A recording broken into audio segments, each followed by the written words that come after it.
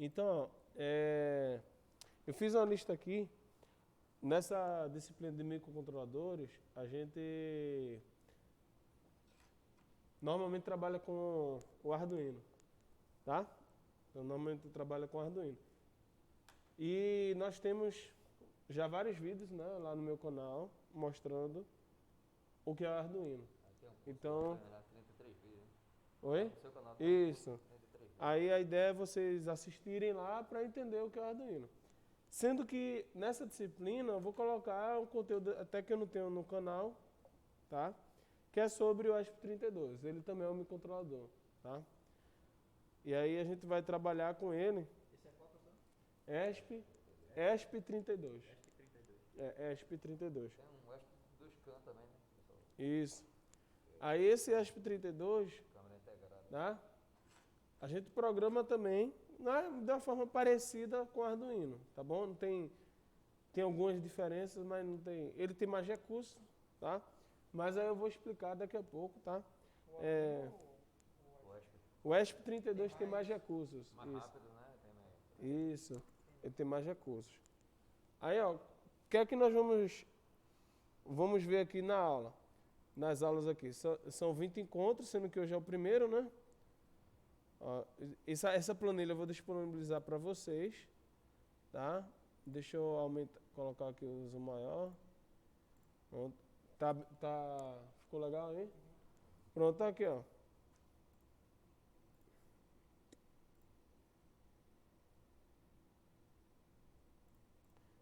Então, a primeira aula, que vai ser a aula de hoje, tá? Eu vou intitular de Conhecendo o ESP32 de perto. Então, eu vou explicar basicamente o que é cada componente aqui do hardware, né? Então, posso até colocar assim, ó, conhecendo os detalhes do hardware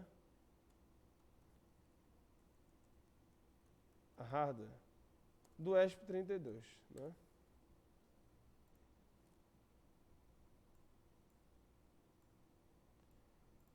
Você sabe o que é hardware? Sim. É a parte física que você A pode parte pegar. física, né? Então, software é a parte lógica e hardware é a parte física, exatamente. Então a gente vai ver um pouco do detalhe desse hardware. Aí depois a gente vai para a parte de projetos, né? Então, eu coloquei aqui, ó, Blink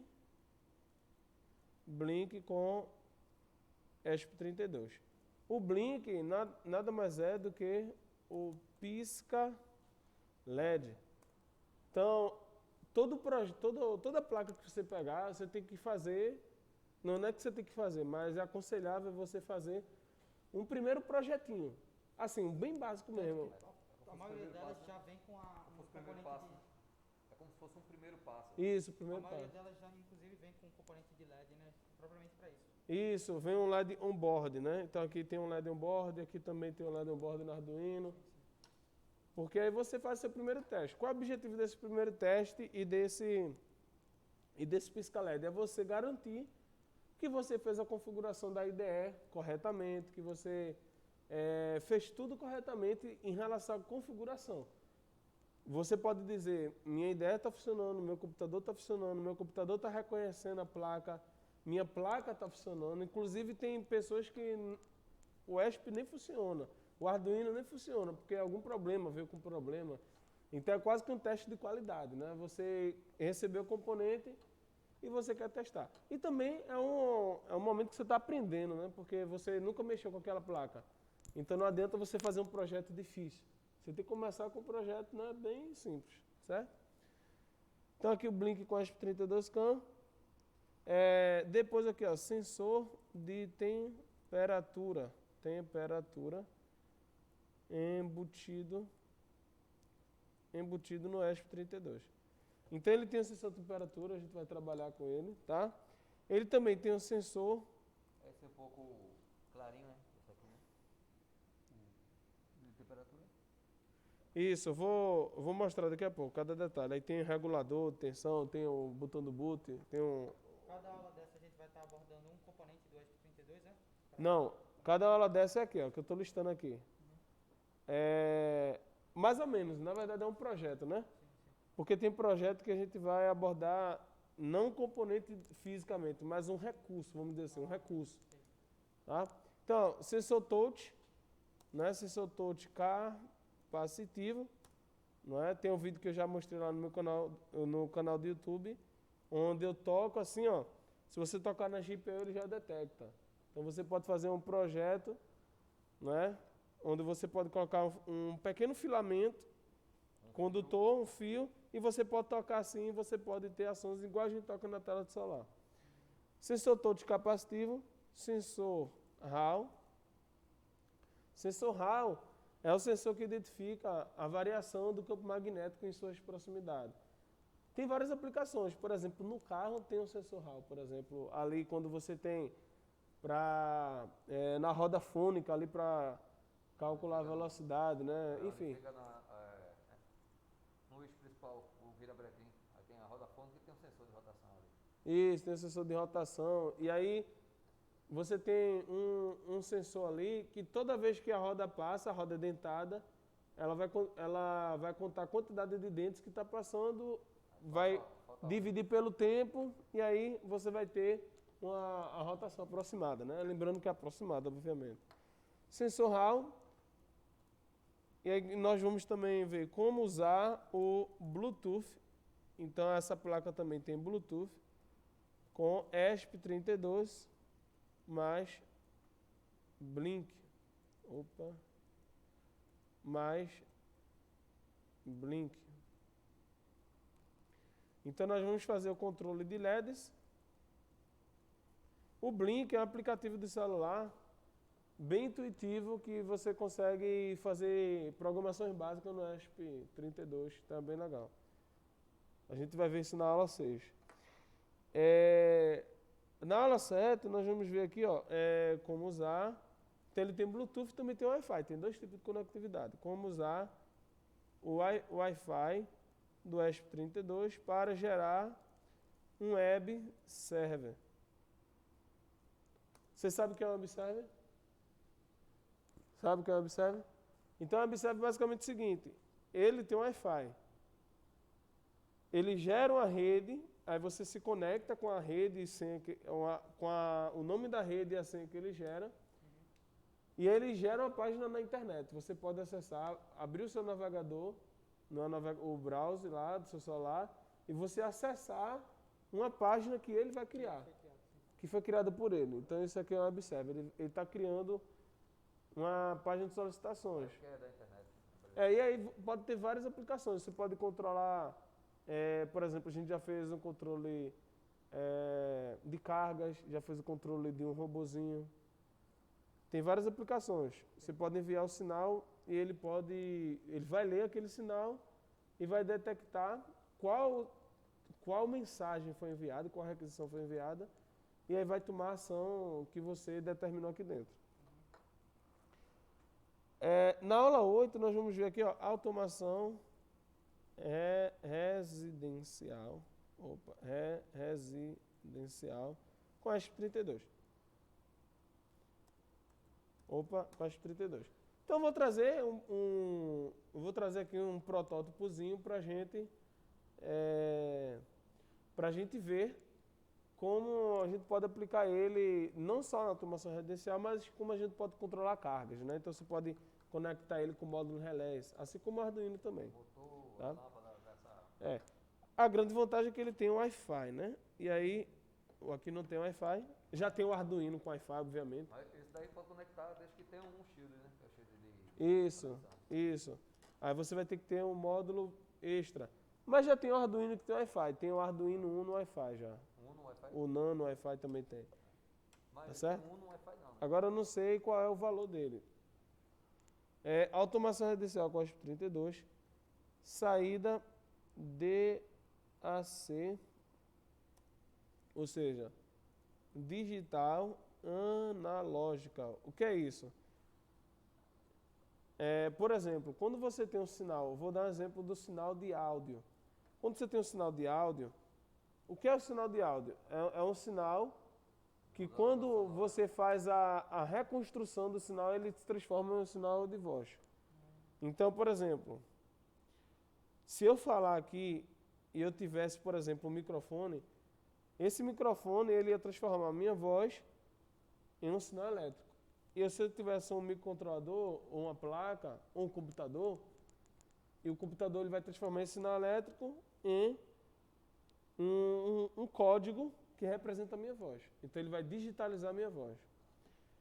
Sendo que se eu quiser fazer o processo contrário, aí eu preciso pegar todos esses códigos digitalizados e transformar em um sinal Elétrico para chegar no alto-falante. um sinal elétrico para ele chegar no alto-falante e aí eu Passar do digital para analógico. e aí eu ouvi, né? Passar do digital analógico. Por exemplo, aqui não tem esse conversor do digital para analógico. Ele tem o contrário. Ele pode ler um sensor do analógico para o digital. Por exemplo, um sensor LDR, um potenciômetro, um sensor de temperatura. Então ele pode transformar de analógico para digital. Agora, esse aqui não transforma de digital para analógico. Eu preciso de um módulo extra para fazer isso. Aí tem o módulo Serial MP3 Player, tem o módulo DF Play Mini, tem vários módulos. Sendo que aqui eu já usei outras placas também. Ele provavelmente ele já faz essa conversão. E a gente vai testar isso, tá? Ainda não tem um vídeo ensinando, mas a gente vai testar isso. Ele tem esse conversor. E aí você consegue reproduzir um sinal de áudio. Ou seja, se eu conectar um alto-falante aqui, eu vou ouvir o som normalmente. Então é bem legal. Saída digital analógica e nós vamos, nesse projeto aqui, ó, tocar músicas, né? Tocar músicas com o ESP32. Na aula 10 vai ser aqui a prova da primeira unidade. Tá? Então, normalmente, aqui na primeira unidade a gente faz uma prova teórica e prática, né? Aí, na segunda unidade, nós vamos trabalhar com alguns conceitos mais avançados. Comunicação I2C, tá? É a comunicação baseada entre mestres e escravos, onde você tem duas linhas ali de comunicação, tá? Uma comunica dados e a outra comunica sinal, né, de clock, né? Então você tem duas linhas. Tem a comunicação I2S.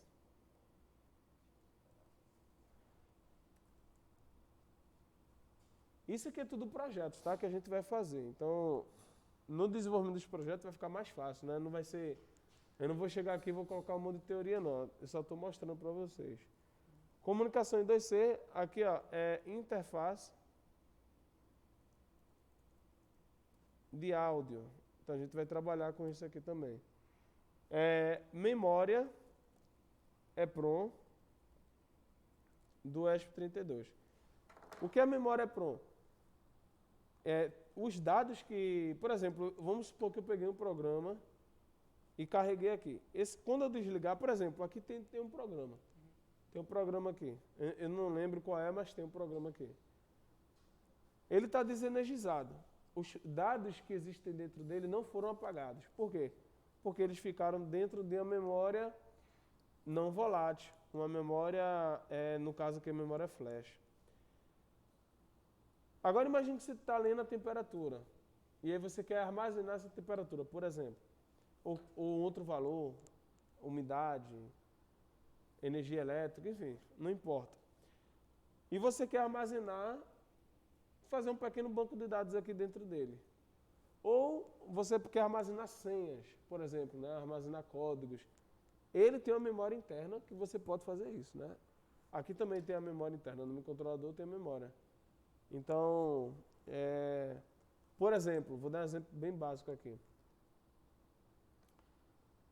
A gente já fez um projeto onde a gente clonou os controles, e a gente pretende fazer isso aqui na escola. A gente clonou os códigos do controle remoto. E aí os códigos a gente armazenou dentro da memória EPROM.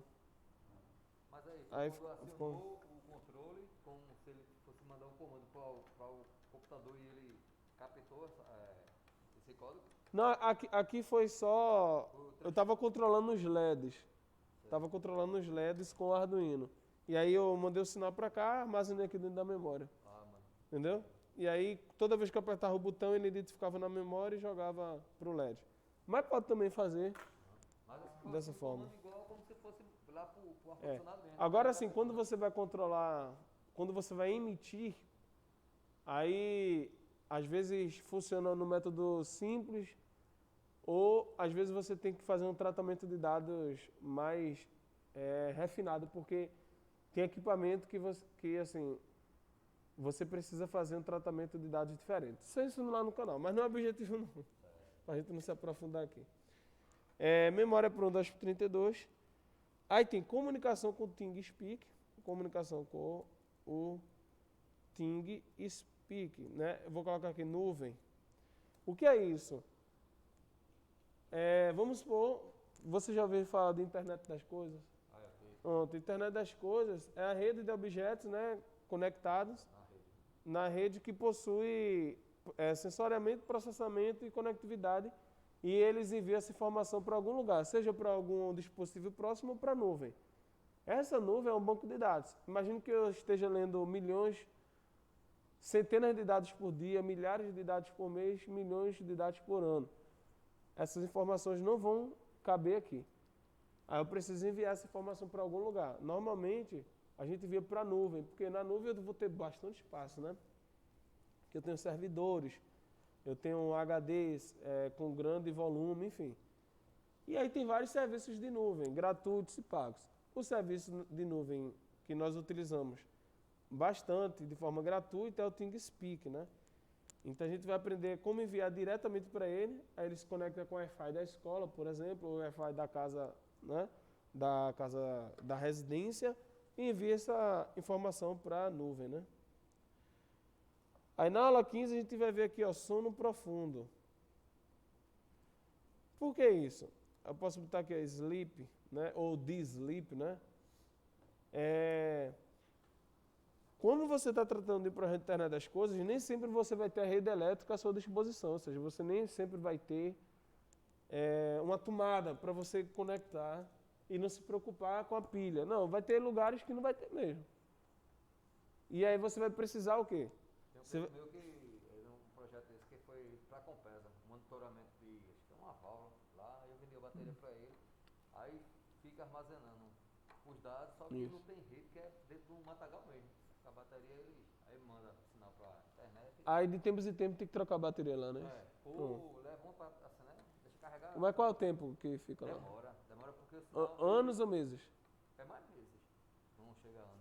Ah. Assim, né? Pelo menos ele não chegou. Aí deve ter a conectividade 4G lá, né? Para se comunicar com a operadora. Com chip, porque não tem Wi-Fi no meio do matagal. Aí o que acontece? Num projeto como desse, Internet das Coisas, geralmente esses microcontroladores, eles possuem recursos de economia de energia. Ou seja, eu vou fazer a leitura, envio e depois ele dorme. Vamos supor que durante o processamento ele gaste, vamos supor que ele gaste 20 mA ou 100 mA, por exemplo. O ESP32 conectado com Wi-Fi, normalmente ele tem um consumo alto. Mas quando você coloca para dormir, o consumo chega até microampere. Então baixa de forma absurda, né? E aí você aumenta a vida útil de quê? Da bateria, né? Da sua pilha, enfim, que você esteja utilizando. Então é muito importante esse recurso. Tem outro recurso que aqui é acordar Tem outro por interrupção. Pode falar. Chegou um representante de uma empresa, se não me engano, que é na área de segurança. Aí as câmeras, ela tem uma bateria interna também.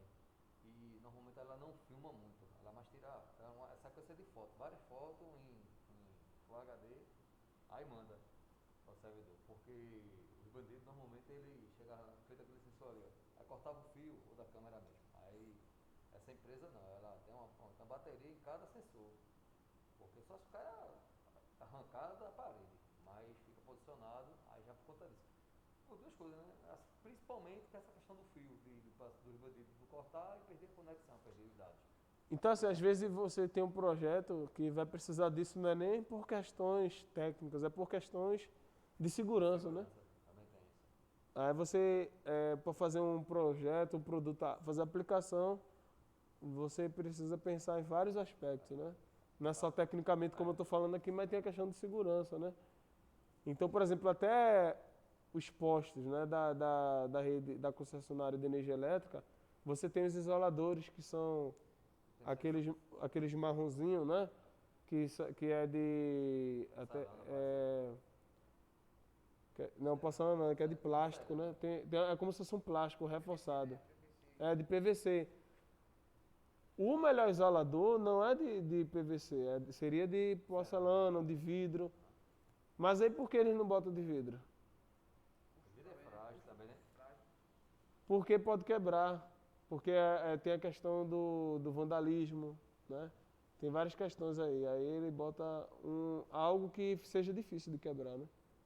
Às vezes não é o melhor, mas não é o melhor tecnicamente, não é melhor de forma assim, não vai ter uma eficiência melhor. Mas o projeto não é só a questão dele ser eficiente, mas é a questão de você colocar lá e não se preocupar também. Tem questão de custo, tem várias outras coisas, né? Um outro recurso é acordar por interrupção. Então, vamos lá, vamos supor que... E aí faz sentido a gente estudar sono profundo e depois acordar por interrupção. Ou seja, ele dormiu e agora vai acordar. Por quê? Vamos lá. Dependendo do seu projeto, você pode ter projetos que faça leituras, durma, envie. Ou melhor, faça leituras, envie e durma. Aí depois ele acorda, depois de um tempo pré-estabelecido, faz a leitura, envia e dorme. Ou seja, é constante. Sendo que tem projetos que ele vai ficar dormindo lá o tempo todo e ele só vai fazer alguma ação dependendo do valor de algum sensor. Entendeu? Então, por exemplo, tem projetos que... Tem que ser provocado, no caso, né? Você tem que ter um gatilho para que ele comece a trabalhar. Porque senão ele vai ficar gastando energia lá, de forma... E ele não precisa fazer a medição o tempo todo. Ele só precisa fazer a medição em determinado momento. Por exemplo, acordar por interrupção. Aí você tem medição na GPIO. Ou seja, vamos supor que eu tenha um sensor de luminosidade aqui. E eu quero que somente quando a luminosidade chegar no determinado valor, ele aciona um módulo relé, por exemplo. Ele aciona uma lâmpada, ele acione, sei lá, algum motor, um alarme. Então ele vai ficar dormindo. Quando o valor da luminosidade chegar naquele nível, o que é que ele faz? Opa, aí ele acorda. Então ele tem essa função. Ele fica dormindo, mas ele fica... É como se ele ficasse com um olho no padre e outro na missa, né? Ele está dormindo, mas está assim, ó, com o olho meio aberto, né? Então, ele está dormindo, mas ele está olhando o que está acontecendo na GPIO. Tá monitorando ele. Ele está olhando o que está acontecendo na medição ADC, ou seja, como eu falei, né? Na leitura analógica e também no touch. Então você pode fazer um projeto, ele está lá dormindo. Quando você aperta, ele acorda. Vê que legal, ele está dormindo. Quando você aperta assim, ele acorda. Então você pode ter vários... De outro toque para desarmar ou desarmar automaticamente? Não, depende do projeto, né? Depende do seu código, né? Mas se você quiser ativar essa função, você ativa, entendeu? Então é só um recurso que ele tem. Aí na outra aula aqui que a gente vai aprender sobre quando a gente programa, seja o Arduino, seja o ESP, normalmente nós utilizamos a IDE da Arduino, né? É um ambiente de desenvolvimento. IDE, né? É ambiente de desenvolvimento. Sendo que os fabricantes, por exemplo, quem fabricou o ESP 32, o ESP826601, o ESP12 foi a Expressif. E normalmente esses fabricantes eles desenvolvem um programa próprio. Porque a ideia da Arduino é geral, né? É para o Arduino, foi criado para o Arduino, né? Tanto é que se você pegar o Arduino, você só precisa instalar o drive e já começa a usar. Se eu for usar o ESP, eu tenho que instalar o gerenciador de placa, eu tenho que instalar mais coisas. Mas existe um software, uma IDE, que a própria Expressif criou, que é a Expressif IoT. Então, a gente vai utilizar IDE Expressif IoT, como também a gente vai utilizar outras, né? Lua, RTOS, a gente também vai utilizar MicroPython,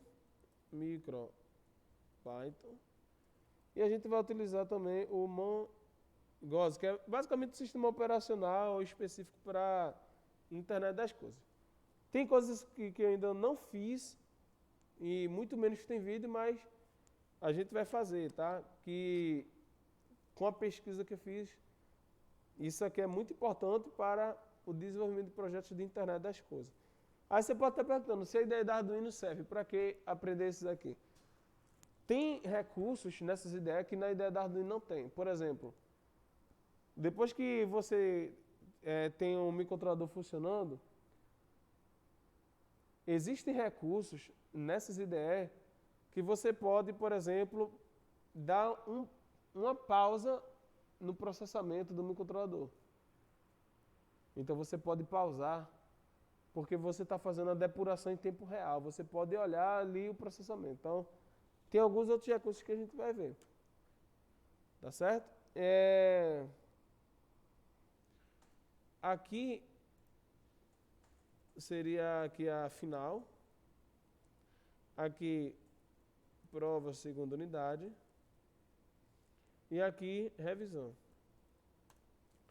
Bom, tem alguma dúvida? Alguém tem alguma dúvida? Assim, dessa visão geral dos projetos do ASP32, dessa disciplina, basicamente são isso aqui que a gente vai ver. Tem alguma dúvida? Alguma pergunta? Eu conheço muito pouco disso aí. Eu vou aprender aqui no dia a dia mesmo na aula. Isso, e vou beleza. procurar assistir alguma coisa para ir já clareando as ideias para Tá. facilitar. Vindo para aula, né? Vindo para aula vocês vão, assim, é o suficiente, claro. Vindo para aula e depois estudar o que foi dado na aula, tá? O que eu tô querendo dizer é que vocês não precisam se preocupar de tá pesquisando muita coisa. É até bom pesquisar, mas a gente vai dar o material necessário, tá certo? Beleza? Então, assim, eu vou dar uma pausa de 5 minutos e depois a gente vai ver cada detalhe aqui dessa placa aqui, tá bom? Beleza? 5 minutinhos.